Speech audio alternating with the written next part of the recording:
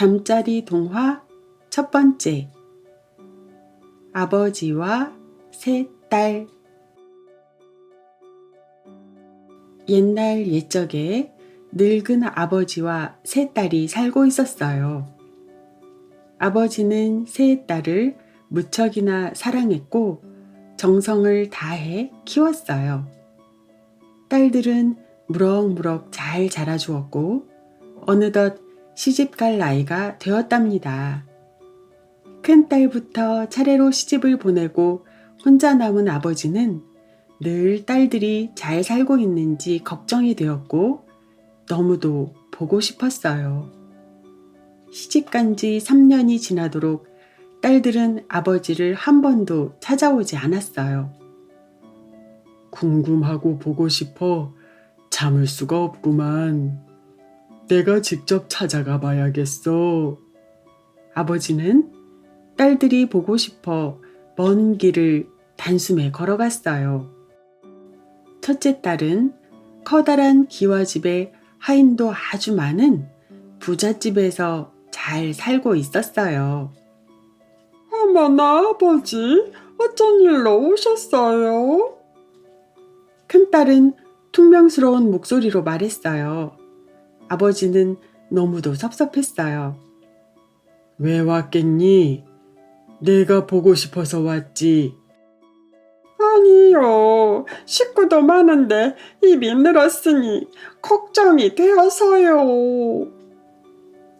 첫째 딸이 욕심이 많고 신통맞다는 것은 알고 있었지만 아버지는 너무도 서운하여 난 그만 가마. 더 늦기 전에 둘째 집으로 가봐야겠다. 하고는 서둘러 둘째 딸 집으로 발길을 돌렸어요. 서글픈 마음에 눈물이 흘렀지만 둘째 딸은 기쁘게 반겨줄 것이라고 믿었어요. 둘째 딸도 큰딸 못지않게 부자로 잘 살고 있었어요. 둘째 딸 집에 도착한 아버지는 너무도 기뻤어요. 둘째 딸이 아버지가 가장 좋아하는 팥죽을 쓰고 있었거든요. 아버지는 팥죽 냄새를 맡고는 배가 몹시 고파 침이 저절로 꼴깍 넘어갔지요.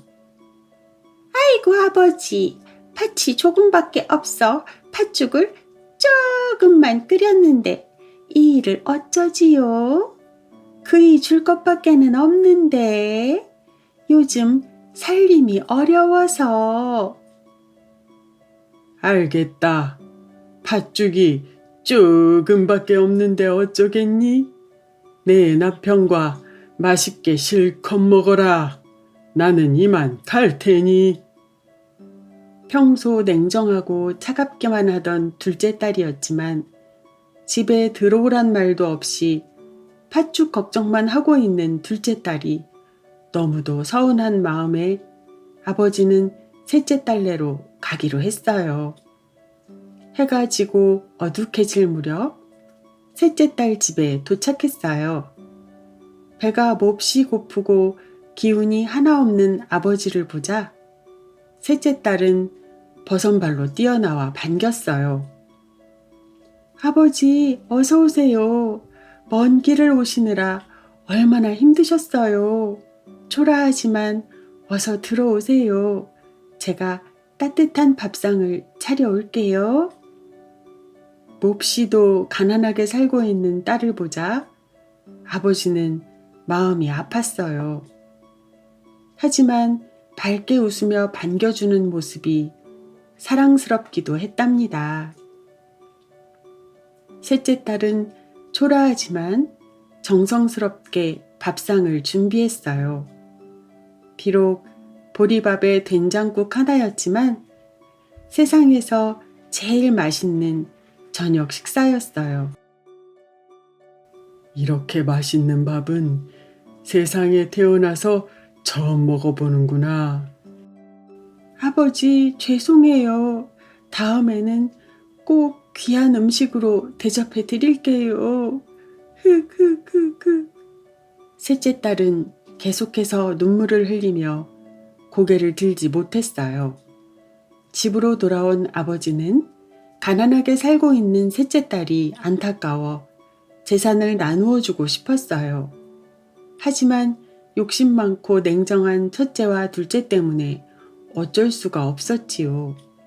그리하여 꾀를 낸 아버지는 하인을 불렀어요. 가서 세 딸들에게 아버지가 죽었다고 전하여라.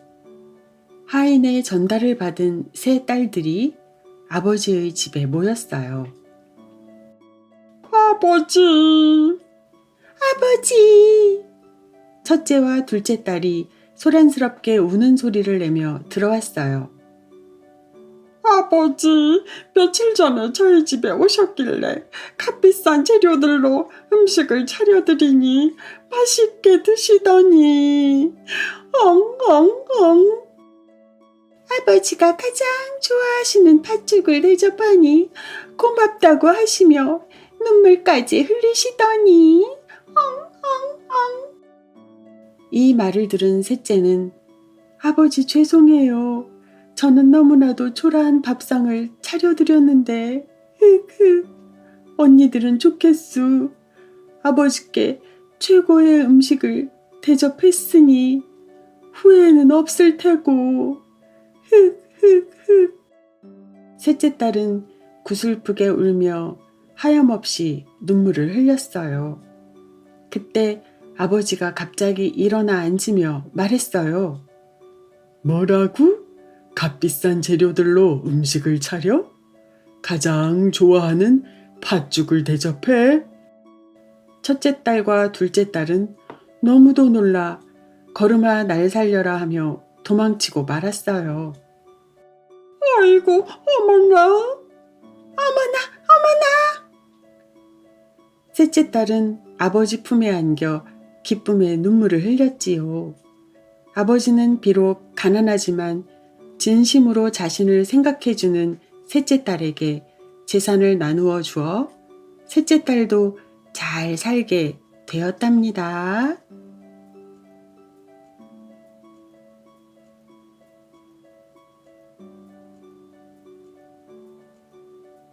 잠자리 동화 두 번째. 나무 그늘을 산 젊은이. 옛날 옛적에 욕심 많은 할아버지가 살고 있었어요. 이 할아버지는 욕심이 얼마나 많은지 구두쇠 영감이라는 소문이 자자했지요. 어느 날 할아버지 집 앞에 있는 커다란 나무 그늘에서 마을에 살고 있는 한 젊은이가 낮잠을 자며 쉬고 있었어요. 할아버지는 발로 젊은이를 툭툭 치며 깨웠어요. 어서 내 나무 그늘에서 나가게! 하고 호통을 치지 뭐예요? 젊은이는 깜짝 놀라며 말했어요. 나무 그늘의 주인이 어디 있어요? 이 나무가 내 나무이니 나무 그늘도 내 것이지. 이 나무 그늘에서 쉬고 싶으면 돈 30냥을 내고 그늘을 사던지. 뭐라고요? 이 나무는 마을 사람 모두의 것이지 할아버지 것이 아니잖아요. 내 땅에 있는 것은 모두 내 것이니 잔말 말고 내 나무 그늘에서 나가게. 젊은이는 곰곰이 생각에 잠겼어요. 그리고는 30냥을 구해와 나무 그늘을 사겠다고 했어요. 자, 30냥 여기 있어요. 이제 이 나무 그늘은 내 것입니다. 할아버지는 젊은이를 바보라고 생각했어요. 아깝다는 듯 표정을 지으며 정 그렇다면 할 수 없지. 팔겠네. 라고 말했지요.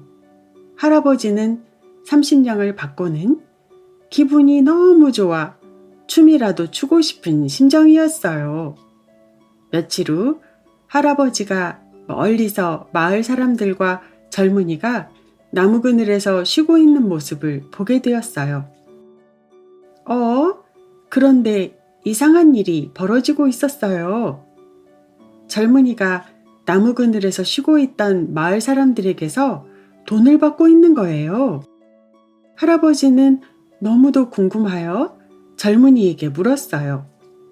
젊은이, 마을 사람들이 왜 자네에게 돈을 주는 겐가? 네, 나무 그늘에서 쉬는 값을 내는 거지요. 돈이 제법 잘 벌린답니다. 하하하하. 할아버지는 배가 아파 어쩔 줄을 몰라 했어요. 저런, 내가 나무 그늘을 팔지 말고 쉬는 값을 받았어야 했는데. 아이고 배야, 아이고 배야. 이렇게 생각한 할아버지는 다시 나무 그늘을 돌려받고 싶어졌어요. 그래서 젊은이에게 말했어요. 이보게 젊은이, 그 나무 그늘은 원래 내 것이었으니 다시 내게 팔게. 얼마에 팔라는 것입니까? 당연히 30냥이지. 젊은이는 어림없다는 표정을 지으며 말했어요. 30냥이라니요. 200냥을 준다고 해도 팔까 말까인걸요? 할아버지는 200냥이 아깝기는 했지만 돈을 벌고 싶은 욕심이 생겨 참을 수가 없었어요. 그래, 알겠네. 200냥 여기 있네. 할아버지는 이렇게 해서 다시 나무 그늘 주인이 되었어요. 이번에도 춤을 출 듯이 기뻤답니다. 그러나 이게 웬일인가요? 할아버지가 나무 그늘을 산 후로는 마을 사람 중 단 한 사람도 나무 그늘에서 쉬는 사람이 없는 거예요. 그건 젊은이와 마을 사람들이 짜고 벌인 일이었어요. 그러니 마을 사람들이 돈을 내고 나무 그늘에서 쉴 리가 없었겠지요.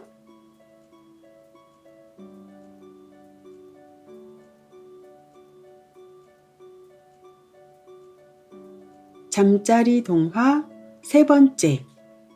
방귀 대장. 옛날 어느 마을에 방귀를 아주 잘 뀌는 김서방이 살고 있었어요. 김서방은 자신이 세상에서 가장 방귀를 잘 뀌는 사람이라고 생각했어요. 그래서 항상 어깨를 으스대며 자랑스러워 했지요. 그러던 어느 날 이웃 마을에 대단한 방귀쟁이가 살고 있다는 소문을 듣게 되었지요. 그건 바로 황서방이었어요. 김서방은 누가 진짜 방귀대장인지 실력을 겨루어 보고 싶었어요. 방귀로 나를 이길 자는 이 세상에 없어. 황서방이라고 했지? 내 실력을 보여주고 말겠어. 라고 생각했어요. 정말이지 김서방은 대단한 방귀쟁이랍니다. 방바닥에 앉아서 방귀를 뀌면 집이 들썩들썩 흔들흔들 했고, 산에서 방귀를 뀌면 밤나무에서 밤송이들이 후두둑 떨어지곤 했으니까요. 김서방은 드디어 결심을 했어요. 바로 오늘이야. 아침밥을 잔뜩 먹고 배를 두드리며 고개를 넘어 이웃 마을로 씩씩하게 걸어갔어요. 황서방 집에 도착해서는 여보시오, 황서방 있는가? 하고 소리를 냅다 질러댔어요. 방문을 열고 나온 건 남자아이였지요. 황서방은 우리 아버지인데 지금은 안 계세요. 해지기 전에는 돌아오실 거예요. 기다리시던지 가시던지 마음대로 하세요. 하는 거예요. 버릇없는 녀석이군. 혼을 내줘야겠어. 라고 생각했어요. 김서방은 온 힘을 엉덩이에 모으고 남자아이를 향해 방귀를 뀌었어요. 뿡뿡뿡. 남자아이는 마당에서 부엌으로 밀려들어가 아궁이 앞에 쿵 하고 엉덩방아를 찧었답니다. 그때 집으로 돌아온 황서방이 그 모습을 보고 화가 머리 끝까지 나서는 생각했어요. 아니, 저 녀석이 누군데 남의 집 귀한 아들에게 몹쓸 짓을 한단 말인가? 가만두지 않겠어. 본때를 보여주고 말겠다. 하고는 마당에 놓여있는 절구통을 향해 똥구멍에 힘을 주었어요. 좋아, 저 절구통을 저놈에게 날려버려야지. 뿡! 뿡! 동시에 김서방도 있는 힘을 다해 절구통을 향해 방귀를 뀌었어요. 뿜! 뿜! 뿜! 저런! 이럴 수가! 절구통은 한동안 높이 날아가다가 공중에서 멈추어 움직이지 않는 거예요. 그러다가 절구통이 황서방에게 날아갔어요. 그래서 황서방이 다시 방귀를 뀌었어요. 뽕! 뿡! 절구통은 김서방을 향해 날아갔지요. 김서방도 질세라 방귀를 뀌었어요. 뿜! 뿜! 뿜! 절구통은 황서방을 향해 다시 날아갔답니다. 어느덧 해는 그 모습을 보고 깔깔깔 웃으며 서산으로 넘어가고 달림은 깜짝 놀라며 얼굴을 내밀었어요. 달은 두 사람을 물끄러미 내려다보고 있었지요. 두 사람은 힘이 빠져 더 이상 버틸 수가 없었어요. 김서방은 이번이 마지막이라고 생각하고 온 힘을 똥구멍에 모았어요. 그건 황서방도 마찬가지였어요. 김서방과 황서방은 너무 힘이 들었지만 동시에 방귀를 뀌었어요. 뿡! 뿡! 뿡! 뿡! 뿡! 다시 절구통이 하늘 높이 올라가다가 멈추어선 이리로 가지도 못하고 저리로 가지도 못하고 공중에 떠 한자리에서 빙글빙글 돌고 있지 뭐예요. 그러더니 더 높이 날아가 달에 툭 하고 떨어지더니 자리를 잡았어요. 달에 살고 있던 토끼들이 절구통을 보고는 폴짝폴짝 뛰며 좋아했어요.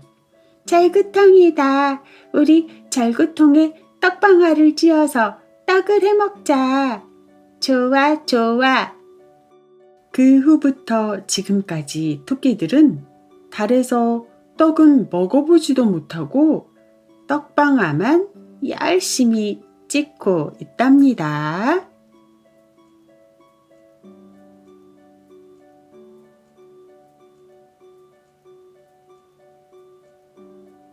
잠자리 동화 네 번째.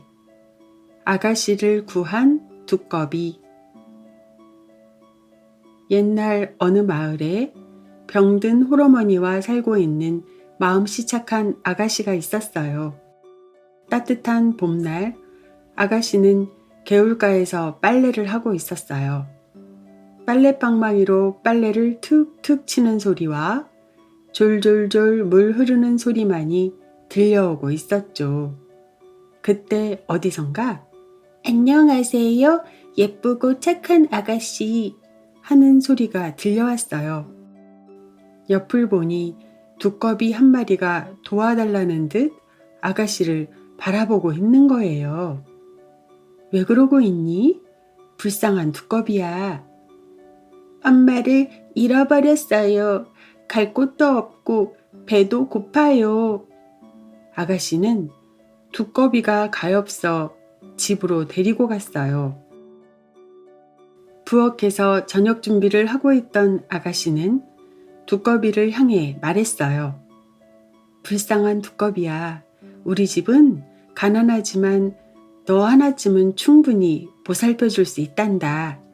오늘부터 나와 함께 살자. 아가씨는 홀어머니와 두꺼비를 정성스럽게 돌보았어요.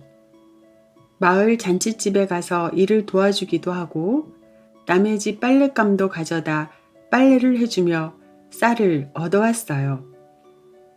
두꺼비는 아가씨가 일을 하러 나가면 병든 홀어머니를 지켰고 아가씨가 집에 돌아오면 반갑게 맞아주었어요. 아가씨 다녀오셨어요? 두꺼비야, 오늘 하루는 어떻게 지냈니? 둘은 다정한 오누이 같았지요. 가난했지만 아가씨는 행복했고 두꺼비는 날이 갈수록 무럭무럭 자랐답니다. 몇 해가 지나고 마을 제삿날이 돌아왔어요. 아가씨는 한 가지 걱정거리가 있었어요. 마을 제삿날에 여인 한 명을 괴물에게 제물로 바치는 풍습이 있었거든요. 이번에는 아가씨가 제물로 바쳐질 차례가 된 것이지요. 만약 여인을 제물로 바치지 않으면 괴물이 마을의 어린아이들과 가축들을 해치고 논밭의 곡식과 채소들도 모두 망쳐버린다지 뭐예요. 아가씨는 두꺼비에게 말했어요. 내가 너와 어머니를 더 이상 돌볼 수가 없게 되었구나. 두꺼비야, 어머니를 잘 부탁한다. 두꺼비는 아무 말도 하지 않고 눈물만 글썽였어요. 아가씨는 슬픔에 잠겼어요. 둘은 밤이 새도록 울기만 했어요. 다음 날 이른 아침이 되자 마을 사람들은 괴물이 살고 있는 동굴 앞에서 제사를 지낼 준비를 하고 있었어요. 아가씨가 슬피 울며 동굴 안으로 들어가려 하자 두꺼비가 따라왔어요. 아가씨, 제가 동굴 안으로 들어갈게요. 무슨 일이 일어나도 내일 아침까지 안으로 들어오면 안 돼요. 하고는 두꺼비가 대신 동굴 안으로 들어갔어요. 아가씨가 말렸지만 소용없는 일이었어요. 동굴 안에서는 불빛이 번쩍번쩍하며 이상한 소리가 밤새도록 났어요. 마을 사람들은 너무도 무서워 모두 흩어져 각자 집으로 돌아갔답니다. 날이 밝자 아가씨는 무서웠지만 두꺼비가 걱정되어 동굴 안으로 들어갔어요. 그곳에는 집채만한 지네와 두꺼비가 뒤엉켜 죽어 있었어요. 아가씨는 깊은 슬픔에 빠져 두꺼비를 안고 엉엉 울며 눈물을 흘렸어요. 너를 혼자 동굴 안으로 들어가게 내버려둔 내가 잘못이야. 두꺼비에게 아가씨의 눈물이 뚝뚝 떨어졌어요. 그러자 두꺼비가 눈을 뜨며 말했어요. 아가씨, 슬퍼하지 마세요. 두꺼비가 다시 살아난 거예요. 아가씨는 기뻐서 어쩔 줄을 몰라 했지요. 두꺼비와 아가씨는 집으로 돌아가 홀어머니를 모시며 행복하게 살았답니다. 그 후로 제삿날 여인을 제물로 바치는 일은 없어졌다고 하네요.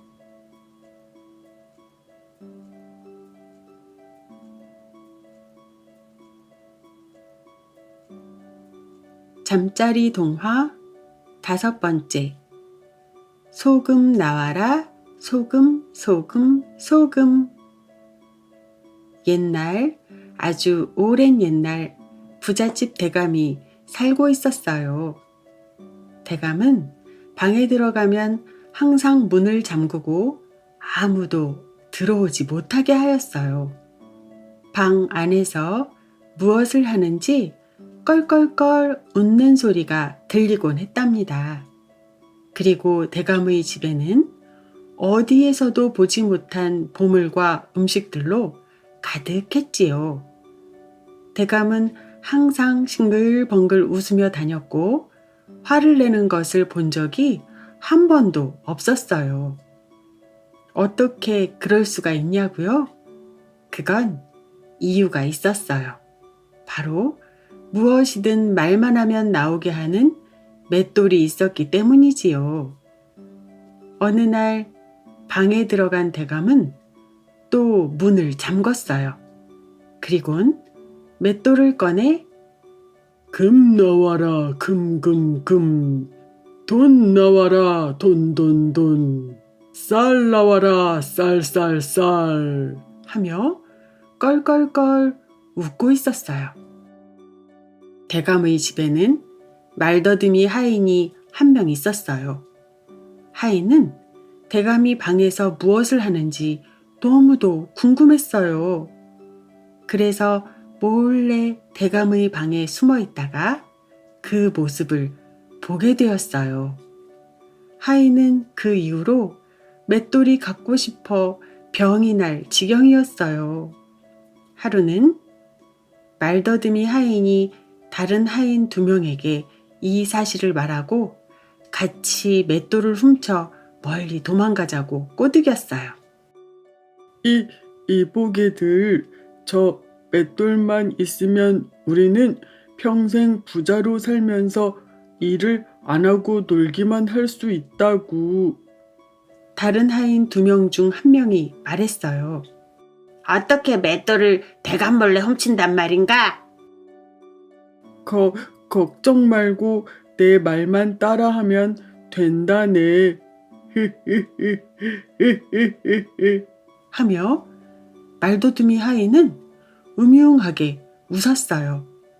그날 밤 새 하인은 대감이 자고 있을 때 맷돌이 있는 방으로 가 맷돌을 훔쳐 강가로 도망쳤어요. 어서 이 배를 타고 바다로 가야 해. 알겠네. 새 하인은 바다 저 멀리 대감이 찾을 수 없는 곳으로 도망가기로 했어요. 새 하인은 열심히 노를 저어 바다까지 오게 되었어요. 바다에는 온통 물밖에 없었어요. 해가 쨍쨍 내리쬐고 있었지요. 말더듬이 하인이 말했어요. 우리 이 맷돌을 시험해 보는 게 어때? 다른 하인들도 한마디씩 거들었어요. 그래, 너무 궁금해서 견딜 수가 없구만. 히히히히히. 어떻게 하면 이 맷돌이 소원을 들어준다는 말인가? 무엇을 먼저 달라고 해볼까? 히히히히. 금보다 더 귀한 것이 소금이니 소금을 달라고 해보겠나? 새 하인들도 대감처럼 기분이 좋아서 웃음을 참을 수가 없었어요. 좋아. 소금을 달라고 해보겠네. 소금 나와라. 소금. 말더듬이 하인이 주문을 외우자 정말로 맷돌에서 귀하고 값비싼 소금이 마구 쏟아지기 시작하는 거예요. 3명의 하인은 너무도 좋아서 입이 귀에 걸릴 지경이었어요. 소금은 멈추지 않고 계속해서 쏟아졌어요. 한 하인이 걱정스럽게 말했어요. 소금이 너무 많아졌어. 이러다 배가 뒤집히겠어. 어서 소금이 멈추는 주문을 외워보게. 그러나 말더듬이 하인은 멈추게 하는 주문은 알지를 못했어요. 나는 나오게 하는 주문만 알고 멈추게 하는 주문은 모른다네. 아이쿠, 큰일 났구먼. 결국 배는 뒤집히고 새 하인은 바다에 빠지고 말았지요. 맷돌은 바다 깊이 빠져 가라앉았어요. 말더듬이 하인이 맷돌을 멈추게 하는 주문을 몰라 맷돌은 아직도 바다 깊은 곳에서 소금을 쏟아내고 있답니다. 그래서 바닷물이 그리도 짠 것이지요.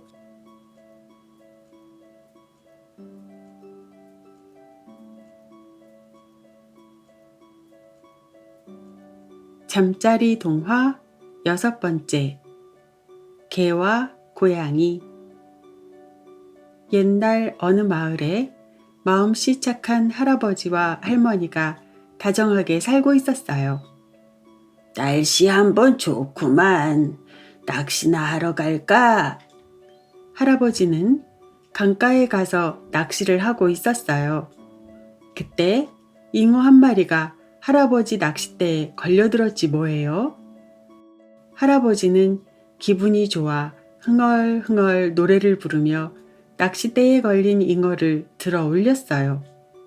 잉어는 눈물을 흘리며 살려달라고 애원하는 것 같았어요. 마음씨 착한 할아버지는 하는 수 없이 잉어를 강물에 놓아주고 말았어요. 그러자 잉어가 헤엄쳐 가지 않고 한동안 할아버지에게 고맙다고 인사를 하는 듯 돌아보다가 가버렸지요. 다음 날 할아버지는 또 그 강가에 가서 낚시를 하고 있었어요.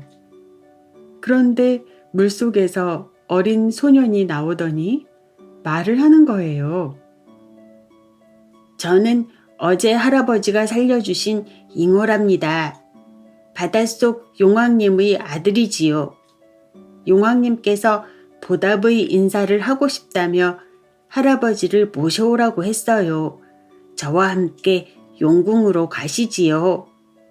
할아버지는 소년을 따라 바닷속 용궁으로 가게 되었어요. 할아버지는 용궁의 화려한 장식과 진수성찬으로 차려놓은 음식들을 보고 놀라지 않을 수 없었어요. 또한 용왕님은 할아버지를 반기며 선물을 주었어요. 나의 아들을 살려준 은혜를 꼭 갚고 싶으니 이 황금 구슬을 받아가도록 하시오. 이 황금 구슬은 무슨 소원이든 다 들어주는 귀한 보물이라오. 할아버지는 황금 구슬을 가지고 집으로 돌아와 할머니에게 보여주며 용궁에서 있었던 일을 이야기하였어요. 할머니는 황금 구슬에게 소원을 말했어요. 대궐 같은 집을 갖고 싶구나. 말이 떨어지기가 무섭게 다 쓰러져 가던 초가집이 대골 같은 집으로 변하지 뭐예요. 할아버지와 할머니는 부자가 된 것이지요. 이 소문을 들은 이웃마을의 욕심쟁이 할머니는 황금 구슬이 탐이 나서 나무 구슬에 황금색을 칠해 착한 할머니의 집으로 향했어요.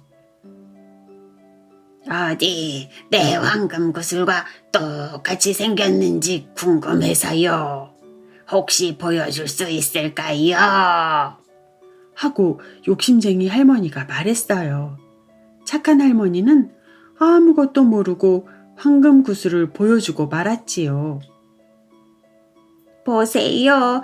아주 예쁘고 신기한 구슬이랍니다. 욕심쟁이 할머니는 자신이 가져온 나무 구슬과 황금 구슬을 바꿔가지고 자기 집으로 돌아갔어요. 욕심쟁이 할머니가 돌아가자마자 대궐 같은 집은 예전의 초가집으로 다시 변하고 말았지 뭐예요. 할머니는 구슬을 살펴보고는 황금 구슬이 아닌 나무 구슬이란 걸 알고 땅을 치며 엉엉 울었어요. 낚시를 하고 돌아온 할아버지도 이 사실을 알았지만 어쩔 수가 없었어요.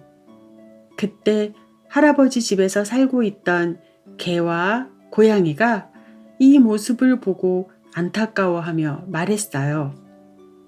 멍멍아, 우리가 욕심쟁이 할머니 집에 가서 황금 구슬을 찾아오자. 그래, 야옹아, 좋은 생각이야. 개와 고양이는 강가에 있는 배를 타고 강을 건너 욕심쟁이 할머니가 살고 있는 마을로 갔어요. 욕심쟁이 할머니의 집은 금방 찾을 수가 있었어요. 대궐같이 크고 으리으리했으니까요. 고양이는 창고로 가서 곡식을 훔쳐먹고 있는 쥐들 중 대장쥐를 잡았어요. 살려주세요. 찍찍찍.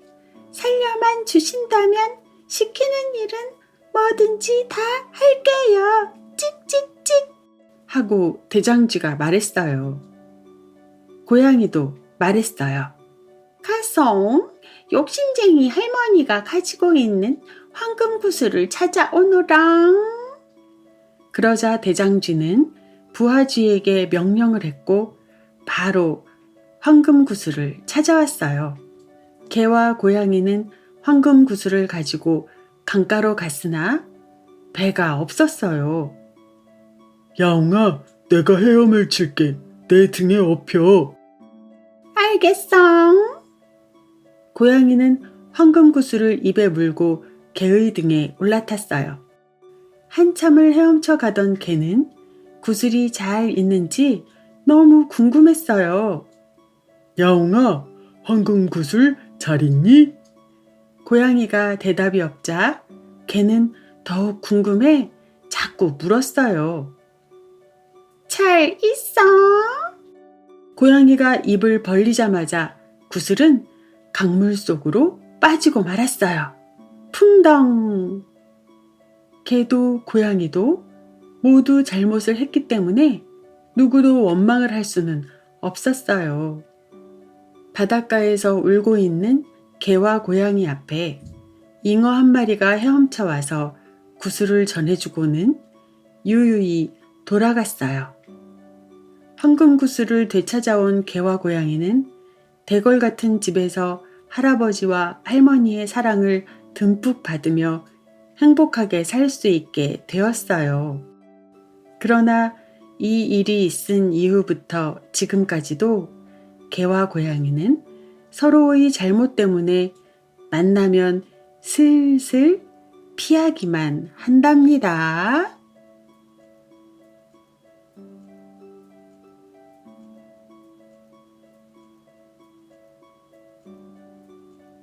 잠자리 동화 7번째 젊어지는 샘물.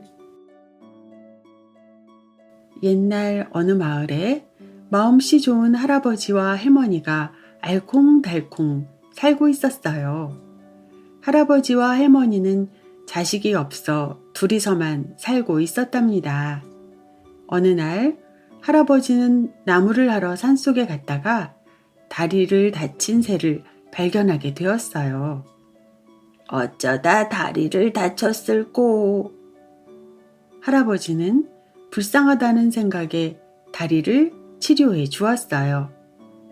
며칠 후 다시 산에 가서 나무를 하고 있는데 지지배배, 지지배배. 하는 새소리가 들려왔어요. 그 새는 며칠 전 할아버지가 다리를 고쳐주었던 그 새였어요.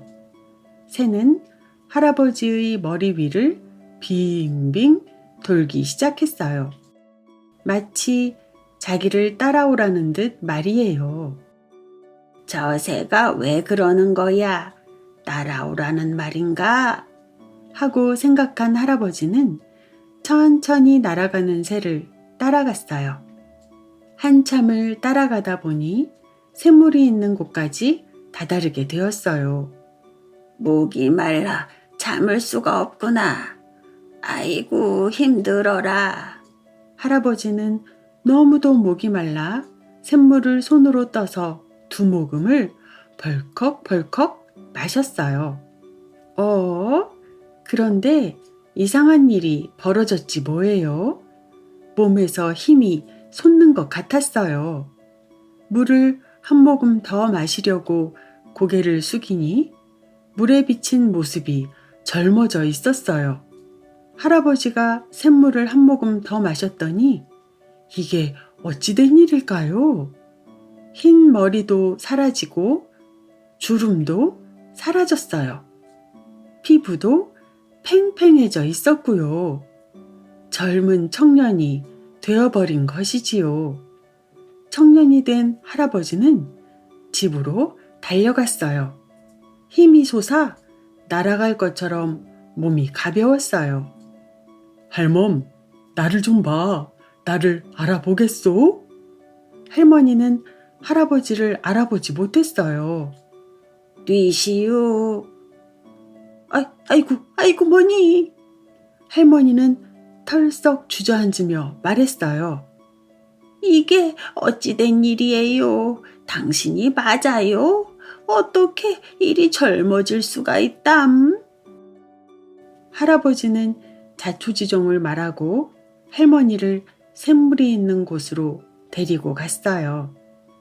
할머니도 할아버지처럼 샘물 3모금을 마셨어요. 그리고 젊고 예쁜 색시가 되었지요. 할아버지와 할머니가 젊어졌다는 소문은 온 마을에 퍼졌어요. 이 소문을 들은 같은 마을 심술쟁이 할아버지는 심술이 나서 참을 수가 없었어요. 그래서 마음씨 좋은 할아버지를 찾아와 어찌하면 젊어질 수 있는지를 캐묻기 시작했지요. 심술쟁이 할아버지도 산속으로 나무를 하러 갔어요. 그리고 새 한 마리를 잡아 다리를 부러뜨리고는 치료를 해주었지요. 며칠 후 다시 산속으로 나무를 하러 가서 새를 기다렸어요. 왜 이리 안 오는 거야? 빨리빨리 샘물이 있는 곳을 알려주지 않고. 할아버지는 또 심술이 났어요. 드디어 심술쟁이 할아버지가 기다리던 새가 날아와 할아버지 머리 위를 빙빙 돌았어요. 왜 이리 빙빙 돌기만 하는 게야? 빨리 샘물이 있는 곳을 알려주지 않고. 하며 소리를 치자 새가 따라오라는 듯 천천히 날아갔어요. 심술쟁이 할아버지도 새를 따라가 샘물을 찾게 되었지요. 젊어질 거라고 기대하며 급하게 샘물을 마시기 시작했어요.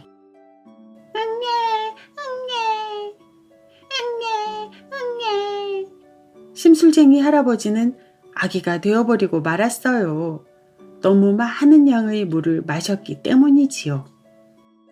젊어진 할아버지와 할머니는 심술쟁이 할아버지가 걱정이 되어 샘물이 있는 곳으로 찾아갔어요.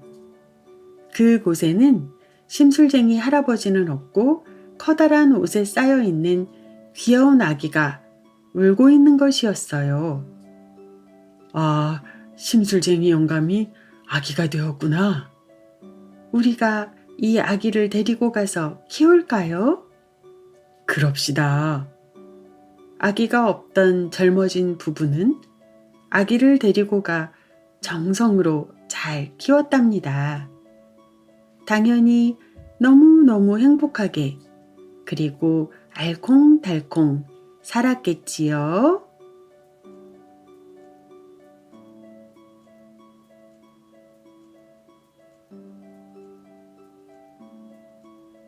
잠자리 동화 8번째 호랑이 형님. 옛날 아주 먼 옛날 호랑이가 담배 피우던 시절의 이야기입니다. 어느 마을에 병든 어머니를 모시고 사는 나무꾼이 있었어요. 어느 날 산속에서 나무를 하고 있는데 커다란 호랑이가 나무꾼을 향해 달려오는 것이 아니겠어요? 나무꾼은 이제 난 죽었구나. 하고 생각했지만 호랑이 굴에 들어가도 정신만 차리면 산다고 했어. 정신을 바짝 차리기로 했어요. 호랑이가 어흥! 하며 나무꾼에게 달려들려 하였어요. 젊은이가 갑자기 흐느끼며 울기 시작했어요. 갑자기 왜 우는 거냐? 호랑이가 물었어요. 아이고 형님을 이 산속에서 만나니 너무도 반가워서 그만. 뭐라고? 난 호랑이이고 넌 사람인데 어찌 내가 너의 형님이란 말이냐? 감히 날 속이려고. 어흥 어림도 없다. 잡아먹고야 말겠다. 어흥. 나무꾼은 호랑이의 말에도 지지 않고 계속 이야기를 했어요. 아이고 형님, 제가 어릴 적에 형님이 산속으로 들어가 집에 돌아오지 않았는데 아들을 잃어버리고 슬픔에 빠져있던 어머니 꿈속에 호랑이가 된 형님이 나타나 저희 집을 슬픈 얼굴로 바라보더랍니다. 만약 산속에서 호랑이를 만나거든 형님인 줄 알고 꼭 반갑게 인사하라고 어머니가 말씀하셨습니다. 형님을 만났으니 어찌나 반갑던지 눈물이 나서 그만. 나무꾼은 눈물을 뚝뚝 흘렸어요. 호랑이는 나무꾼의 말이 진짜인 것도 같고 거짓인 것도 같아 어찌해야 할지를 몰랐어요. 결국 호랑이는 말했어요. 내가 사람이었다니. 그래, 어머니는 나를 잃어버리고 지금까지 슬퍼하며 사셨겠구나. 내가 큰 불효를 저질렀어. 하마터면 네가 내 동생인 줄도 모르고 잡아먹을 뻔하였구나. 미안하구나, 아우야. 어머니는 건강하시더냐? 내가 이런 모습을 하고 있으니 어머니를 찾아뵐 수도 없고, 아우야, 너에게 부탁할 수밖에 없구나. 그리고 내가 보름날이 되면 사냥을 하여 집 마당에 가져다 놓으마. 어머니를 내 대신 잘 보살펴 드리렴. 이렇게 말하고 호랑이는 슬피 울며 산속으로 사라져 버렸어요. 나무꾼은 안도의 한숨을 쉬며 집으로 돌아갔지요. 시간이 흘러 보름날이 되었어요. 아침이 되어 마당에 나가보니 죽은 멧돼지가 놓여있지 뭐예요? 호랑이가 멧돼지를 사냥해 어머니를 위해 가져다 놓은 것이었어요. 호랑이가 약속을 지켰구나. 정말 효심이 지극한 호랑이야. 그 이후로 보름날만 되면 마당에는 멧돼지며 노루가 놓여져 있었어요. 그러던 어느 날 병들었던 나무꾼의 어머니가 시름시름 앓다가 돌아가시고 말았어요. 어머니가 돌아가신 후로 보름날이 되어도 호랑이는 멧돼지를 마당에 가져다 놓지 않았어요. 젊은이가 나무를 하기 위해 산에 오르다 어머니 산소에 잠시 들렀어요. 그런데 이게 웬일인가요? 호랑이가 비쩍 마른 몸으로 어머니 산소 앞에 굶어 죽어 있는 게 아니겠어요? 아이고 형님, 나의 거짓말에 속아 어머니가 돌아가시자 밥도 안 먹고 울기만 하다가 이렇게 되었군요. 미안합니다, 형님. 나무꾼은 가슴이 아팠어요. 그리고 호랑이가 너무도 불쌍했어요. 정말로 미안합니다, 호랑이 형님. 나무꾼은 구슬프게 울고 또 울었답니다.